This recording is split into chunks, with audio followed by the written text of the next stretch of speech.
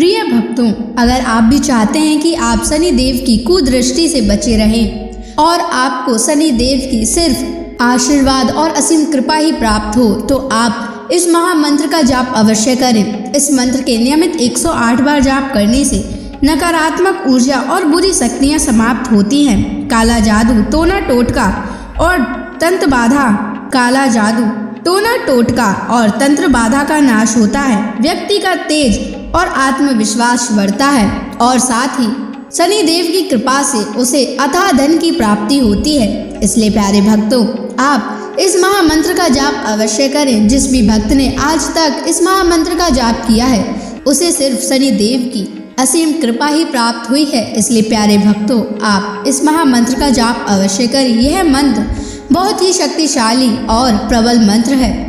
इस मंत्र का प्रभाव तुरंत ही दिखाई देने लगता है और साथ ही आपका जीवन सुखद हो जाएगा।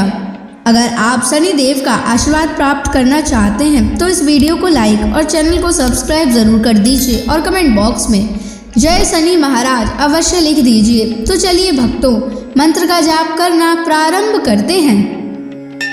ओम ह्रीं सन शनैश्चराय सर्वदोष निवारणाय स्वाहा।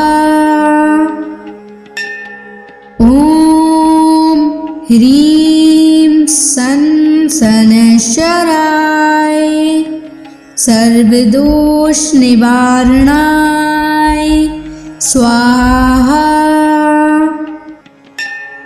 ओम ह्रीं सन शनैश्चराय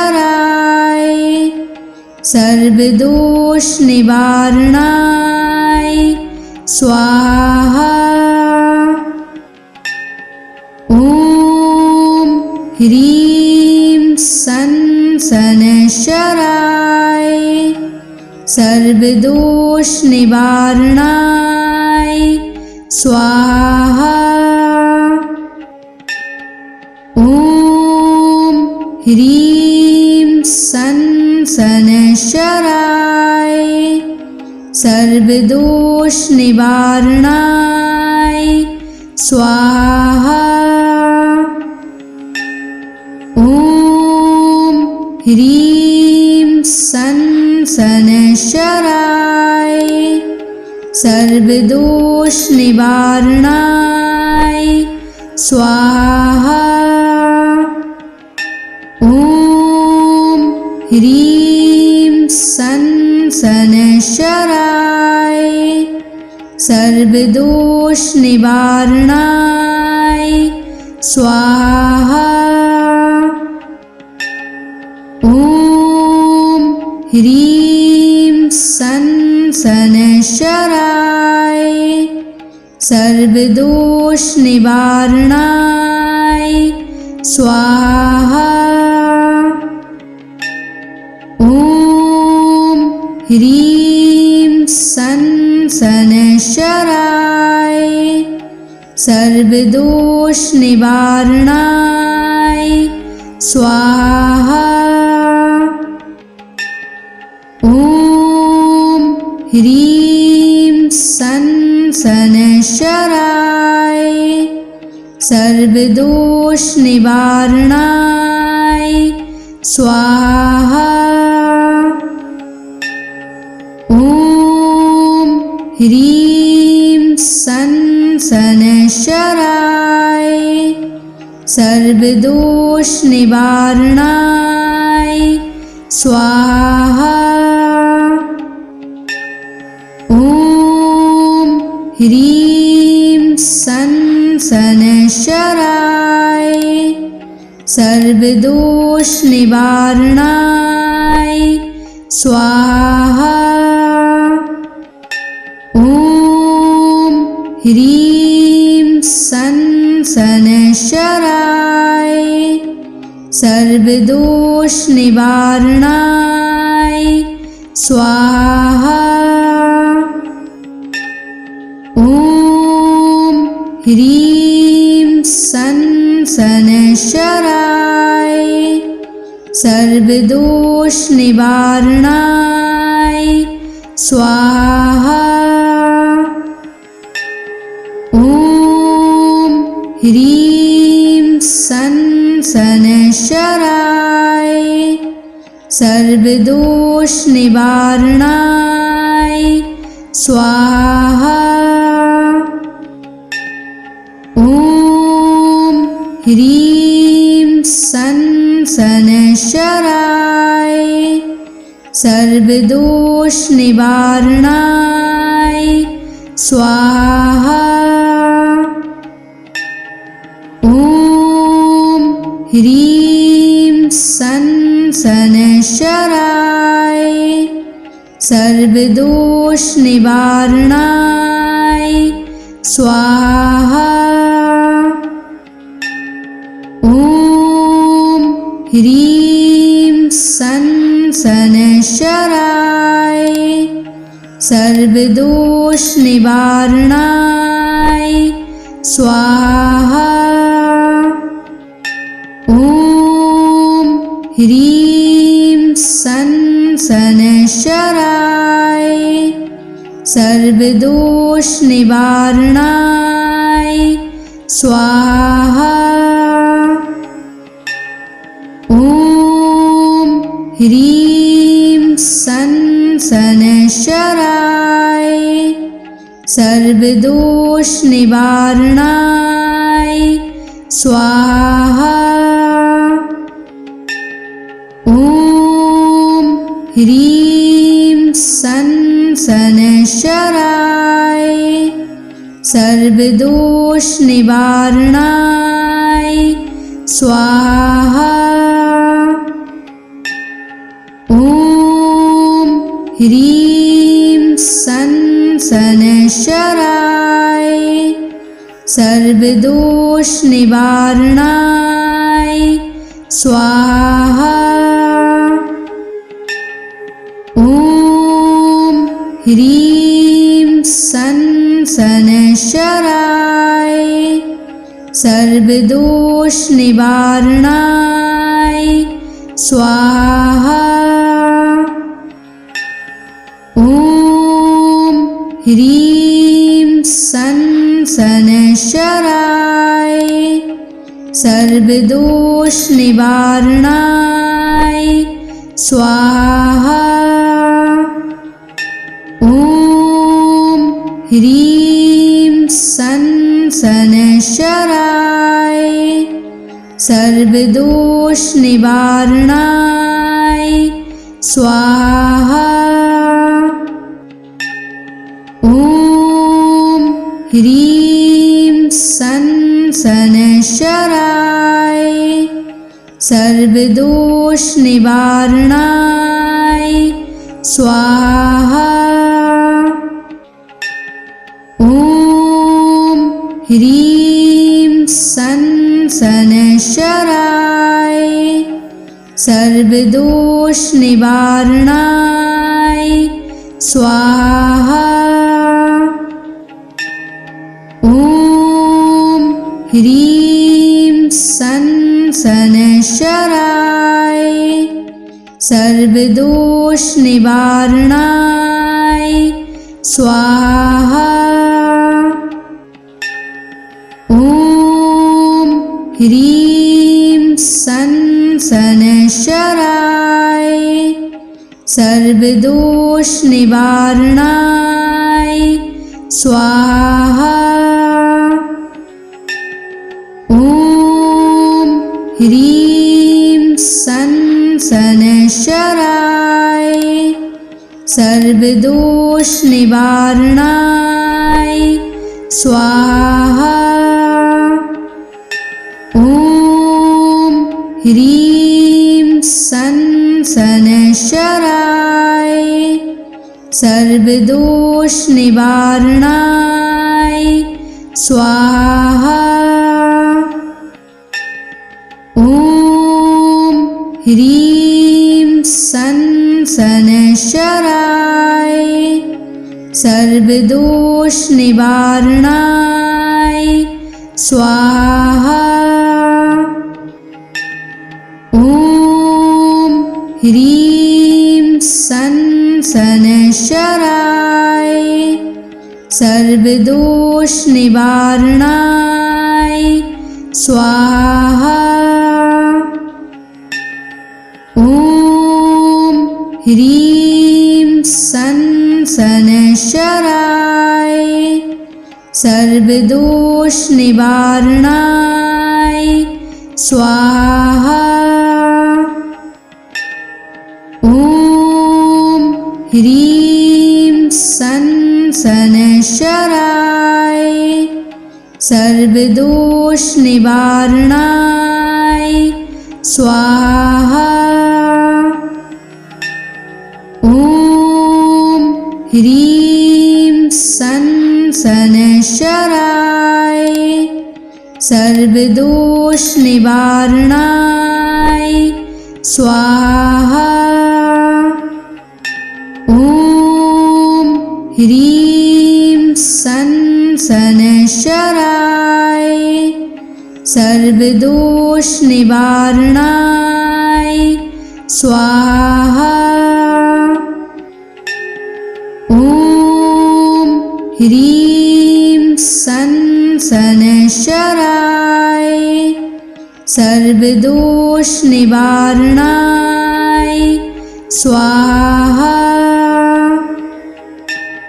ॐ ह्रीं सनशराय सर्वदोष निवारणाय स्वाहा। ॐ ह्रीं सनशराय सर्वदोष निवारणाय स्वाहा। ॐ ह्रीं सनशराय सर्वदोष निवारणाय स्वाहा। ॐ ह्रीं सनशराय सर्वदोष निवारणाय स्वाहा। ॐ ह्रीं सनशराय सर्वदोष निवारणाय स्वाहा। ॐ ह्रीं सनशराय सर्वदोष निवारणाय स्वाहा। ॐ ह्रीं सनशराय सर्वदोष निवारणाय स्वाहा। ॐ ह्रीं सनशराय सर्वदोष निवारणाय स्वाहा। ॐ ह्रीं सनशराय सर्वदोष निवारणाय स्वाहा। ॐ ह्रीं सनशराय सर्वदोष निवारणाय स्वाहा। ॐ ह्रीं सनशराय सर्वदोष निवारणाय स्वाहा। ॐ ह्रीं सनशराय सर्वदोष निवारणाय स्वाहा। ॐ ह्रीं सनशराय सर्वदोष निवारणाय स्वाहा। ह्रीं सन शनैश्चराय सर्वदोष निवारणाय स्वाहा। ॐ ह्रीं सन शनैश्चराय सर्वदोष निवारणाय स्वाहा। ॐ ह्रीं सन शनैश्चराय सर्वदोष निवारणाय स्वाहा। ॐ ह्रीं सन शनैश्चराय सर्वदोष निवारणाय स्वाहा। ॐ ह्रीं सन शनैश्चराय सर्वदोष निवारणाय स्वाहा। ॐ ह्रीं सन शनैश्चराय सर्वदोष निवारणाय स्वाहा। ॐ ह्रीं सन शनैश्चराय सर्वदोष निवारणाय स्वाहा। ॐ ह्रीं सन शनैश्चराय सर्वदोष निवारणाय स्वाहा। ॐ ह्रीं सन शनैश्चराय सर्वदोष निवारणाय स्वाहा। ॐ ह्रीं सन शनैश्चराय सर्वदोष निवारणाय स्वाहा। ॐ ह्रीं सन शनैश्चराय सर्वदोष निवारणाय स्वाहा। ॐ ह्रीं सन शनैश्चराय सर्वदोष निवारणाय स्वाहा। ॐ ह्रीं सन शनैश्चराय सर्वदोष निवारणाय स्वाहा। ॐ ह्रीं सन शनैश्चराय सर्वदोष निवारणाय स्वाहा। ॐ ह्रीं सन शनैश्चराय सर्वदोष निवारणाय स्वाहा। ॐ ह्रीं सन शनैश्चराय सर्वदोष निवारणाय स्वाहा। ॐ ह्रीं सन शनैश्चराय सर्वदोष निवारणाय स्वाहा।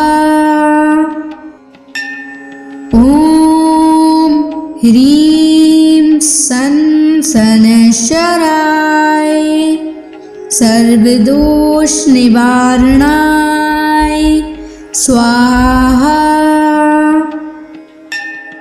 ॐ ह्रीं सन शनैश्चराय सर्वदोष निवारणाय स्वाहा। ॐ ह्रीं सन् शनैश्चराय सर्वदोषनिवारणाय स्वाहा। ॐ ह्रीं सन् शनैश्चराय सर्वदोषनिवारणाय स्वाहा। ॐ ह्रीं सन् शनैश्चराय सर्वदोषनिवारणाय स्वाहा। ॐ ह्रीं सन् शनैश्चराय सर्वदोषनिवारणाय स्वाहा। ॐ ह्रीं सन् शनैश्चराय सर्वदोषनिवारणाय स्वाहा। ॐ ह्रीं सन् शनैश्चराय सर्वदोषनिवारणाय स्वाहा। ॐ ह्रीं सन् शनैश्चराय सर्वदोषनिवारणाय स्वाहा। ॐ ह्रीं सन् शनैश्चराय सर्वदोषनिवारणाय स्वाहा। ॐ ह्रीं सन् शनैश्चराय सर्वदोषनिवारणाय स्वाहा। ॐ ह्रीं सन् शनैश्चराय सर्वदोषनिवारणाय स्वाहा। ॐ ह्रीं सन् शनैश्चराय सर्वदोषनिवारणाय स्वाहा। ॐ ह्रीं सन् शनैश्चराय सर्वदोषनिवारणाय स्वाहा। ॐ ह्रीं सन् शनैश्चराय सर्वदोषनिवारणाय स्वाहा। ॐ ह्रीं सन् शनैश्चराय सर्वदोषनिवारणाय स्वाहा। ॐ ह्रीं सन् शनैश्चराय सर्वदोषनिवारणाय स्वाहा। ॐ ह्रीं सन् शनैश्चराय सर्वदोषनिवारणाय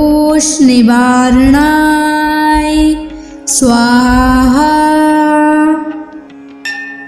ॐ ह्रीं सन् शनैश्चराय सर्वदोषनिवारणाय स्वाहा। ॐ ह्रीं सन् शनैश्चराय सर्वदोषनिवारणाय स्वाहा। ॐ ह्रीं सन् शनैश्चराय सर्वदोष निवारणाय स्वाहा। ॐ ह्रीं सं शनैश्चराय सर्वदोष निवारणाय स्वाहा। ॐ ह्रीं सं शनैश्चराय सर्वदोष निवारणाय स्वाहा। ॐ ह्रीं सं शनैश्चराय सर्वदोष निवारणाय स्वाहा। ॐ ह्रीं सं शनैश्चराय सर्वदोष निवारणाय स्वाहा। ॐ ह्रीं सं शनैश्चराय सर्वदोष निवारणाय स्वाहा। ॐ ह्रीं सं शनैश्चराय सर्वदोष निवारणाय स्वाहा। ॐ ह्रीं सं शनैश्चराय सर्वदोष निवारणाय स्वाहा। ॐ ह्रीं सं शनैश्चराय सर्वदोष निवारणाय स्वाहा। ॐ ह्रीं सं शनैश्चराय सर्वदोष निवारणाय स्वाहा। ॐ ह्रीं सं शनैश्चराय सर्वदोष निवारणाय स्वाहा।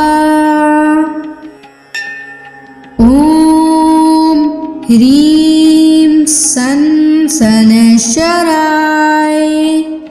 सर्वदोष निवारणाय स्वाहा। ॐ ह्रीं सं शनैश्चराय सर्वदोष निवारणाय स्वाहा। ॐ ह्रीं सं शनैश्चराय सर्वदोष निवारणाय स्वाहा। ॐ ह्रीं सं शनैश्चराय सर्वदोष निवारणाय स्वाहा। ॐ ह्रीं सं शनैश्चराय सर्वदोष निवारणाय स्वाहा। ॐ ह्रीं सं शनैश्चराय सर्वदोष निवारणाय स्वाहा। ॐ ह्रीं सं शनैश्चराय सर्वदोष निवारणाय स्वाहा। ॐ ह्रीं सं शनैश्चराय सर्वदोष निवारणाय स्वाहा। ॐ ह्रीं सन शनैश्चराय सर्वदोष निवारणाय स्वाहा। ॐ ह्रीं सन शनैश्चराय सर्वदोष निवारणाय स्वाहा। ॐ ह्रीं सन शनैश्चराय सर्वदोष निवारणाय स्वाहा। ॐ ह्रीं सन शनैश्चराय सर्वदोष निवारणाय स्वाहा। ॐ ह्रीं सन शनैश्चराय सर्वदोष निवारणाय स्वाहा। ॐ ह्रीं सन शनैश्चराय सर्वदोष निवारणाय स्वाहा। ॐ ह्रीं सन शनैश्चराय सर्वदोष निवारणाय स्वाहा। ॐ ह्रीं सन शनैश्चराय सर्वदोष निवारणाय स्वाहा। ॐ ह्रीं सन शनैश्चराय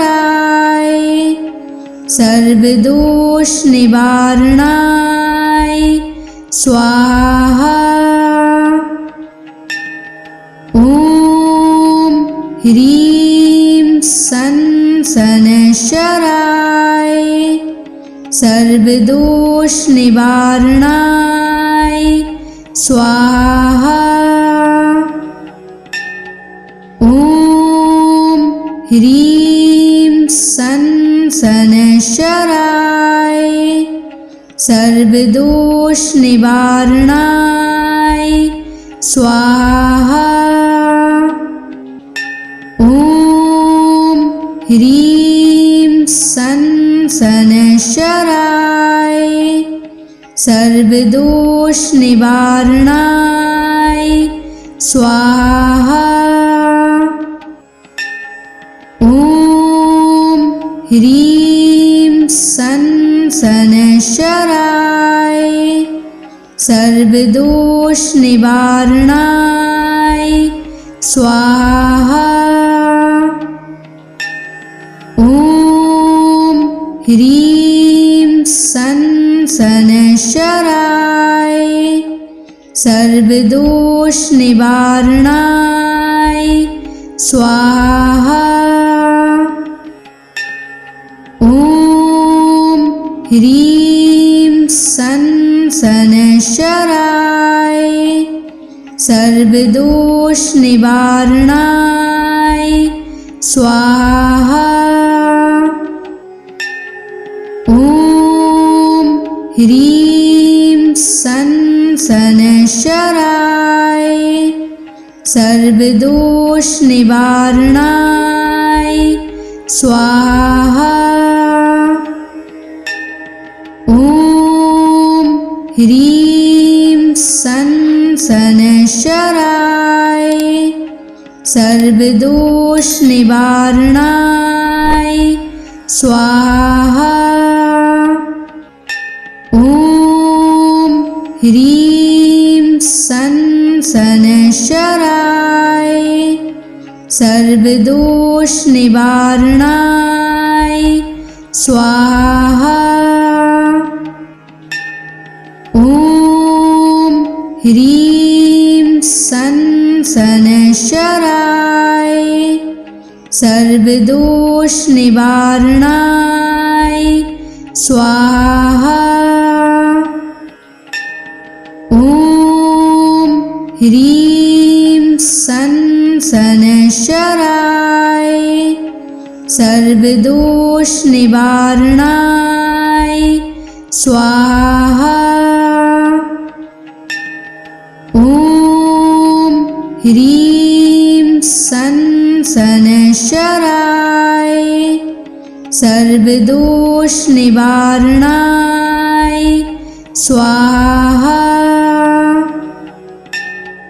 ॐ ह्रीं सन् शनैश्चराय सर्वदोषनिवारणाय स्वाहा।